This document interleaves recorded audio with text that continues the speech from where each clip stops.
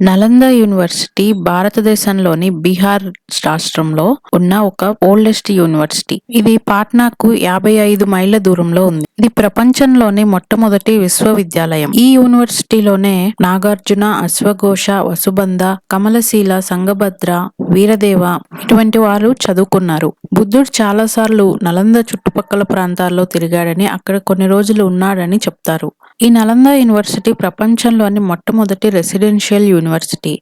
అంటే ఇక్కడికి ప్రపంచ నలుమూలల నుంచి విద్యార్థులు వచ్చి అక్కడే ఉండి చదువుకునే వాళ్ళు. దీనిలో దాదాపుగా 10,000 మంది విద్యార్థులు, 2,000 మంది లెక్చరర్స్ ఉండేవాళ్ళు. ఈ నలంద యూనివర్సిటీలో టెంపుల్స్, అలాగే మెడిటేషన్ చేసుకోవటానికి మందిరాలు, చదువుకోవటానికి తరగతి గదులు ఉండేవి. అట్లాగే లోపల కొలన్లు, పార్క్స్, రివర్స్, లైబ్రరీ ఇవన్నీ కూడా ఉండేవి. ఈ నలంద యూనివర్సిటీలో ప్రత్యేకత ఏంటంటే ఇక్కడ ఉండే లైబ్రరీ. ఈ లైబ్రరీలో 3 భాగాలు ఉండేవి: రత్నసాగర్, రత్నోదధి, రత్నరంజక. ఈ లైబ్రరీలో దాదాపుగా 90 లక్షలకు పైగా పుస్తకాలు ఉండేవి. ఈ పుస్తకాలన్నీ కూడా అప్పటి వాళ్ళు స్వయంగా తమ చేతులతో రాసిన పుస్తకాలు. ఫేమస్ మ్యాథమెటిషియన్ ఆర్యభట్ట ఈ యూనివర్సిటీకి హెడ్ గా ఉండేవాళ్ళు.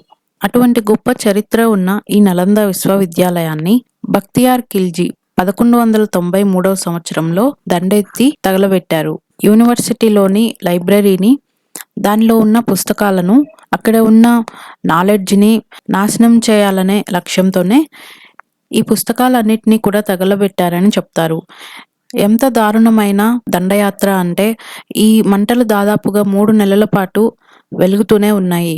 అంతటి చరిత్ర ఉన్న పుస్తకాలు ఇప్పుడు గనక ఉండి ఉంటే మనకి ఎన్నో ముఖ్యమైన విషయాలు అందుబాటులో ఉండేవి. ఇలాంటి ప్రాచీనమైన యూనివర్సిటీలో ఒకటైన నలంద విశ్వవిద్యాలయాన్ని 2014 సెప్టెంబర్ 1వ తారీఖున తిరిగి ప్రారంభించారు.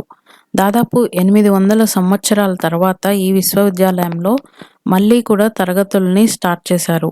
2006 సంవత్సరంలో అప్పటి రాష్ట్రపతి అబ్దుల్ కలాం గారి సూచనల మేరకు ఈ విశ్వవిద్యాలయాన్ని తిరిగి నిర్మించాలని కేంద్రం నిర్ణయం తీసుకుంది.